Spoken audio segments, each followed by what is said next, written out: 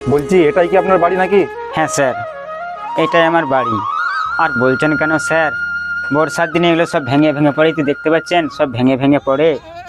আর শীতের দিনে তো চারদিক থেকে ঠান্ডা ঢুকে, থাকতে পারি না, এত ঠান্ডা লাগে। ছেলে মেয়েদের প্রচুর কষ্ট হয় স্যার। কি করব বলুন, গরিব মানুষ। আপনার আর কোনো চিন্তার কারণ নেই। এবার আপনার দুঃখের দিন শেষ, সুখের দিন শুরু হতে চলেছে। কি বলুন স্যার? কারণ আপনাদের সরকার আপনাদের কথা চিন্তা করে নতুন একটা প্রকল্প নিয়ে এসছে, বাংলার আবাস যোজনা, যেখানে আপনি পাবেন নতুন পাকার বাড়ি। হ্যাঁ স্যার, আমিও পাকা বাড়ি পাবো? হ্যাঁ ঠিক বলছেন তো স্যার। হে ঠাকুর, তোমার লীলা পরম্পার। তা বলছি আপনার নামটা কি বলুন? দুঃখীরাম।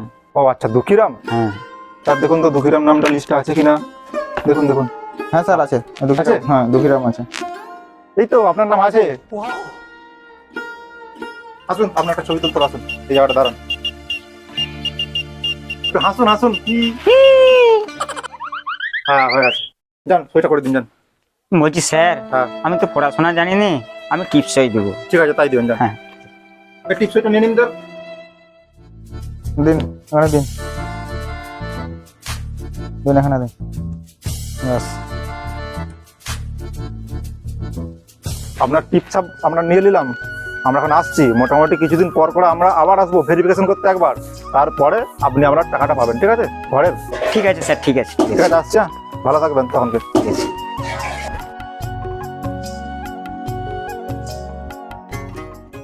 কই দুঃখীরাম বাবু, বাড়িতে আছেন?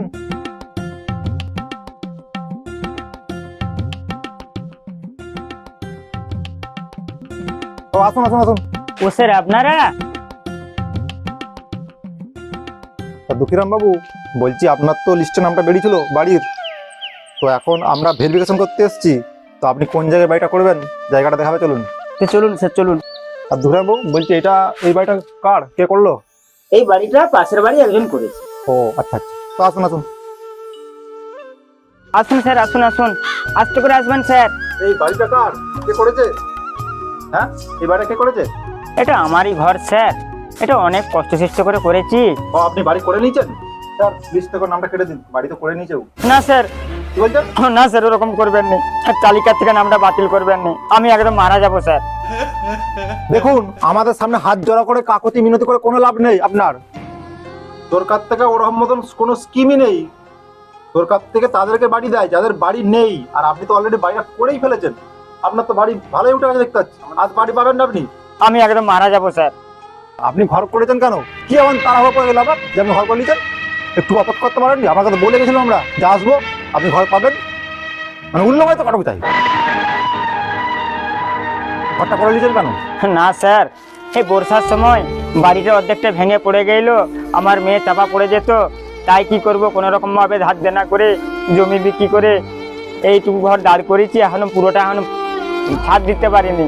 টাকাটা যদি দিতেন ভালো হতো, তার নাহলে মারা পড়ে যাবো আমি, আমি নিঃস্ব হয়ে যাবো।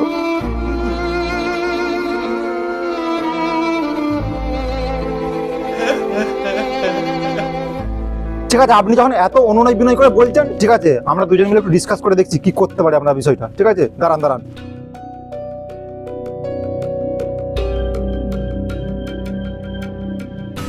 হ্যাঁ বলছি, শুনুন, আপনি যেহেতু ঘর করে নিয়েছেন, ঠিক আছে, আর আপনি এত এত অনুরোধ করতে যখন, আপনি টাকা পাবেন তো 1,20,000 টাকা পাবেন নি, আপনি 90,000 টাকা পাবেন। 30,000 টাকা আমাদের দুজনকে দিতে হবে। কেন স্যার? ওটা তো আমার টাকা, আপনাদেরকে দেবো কেন?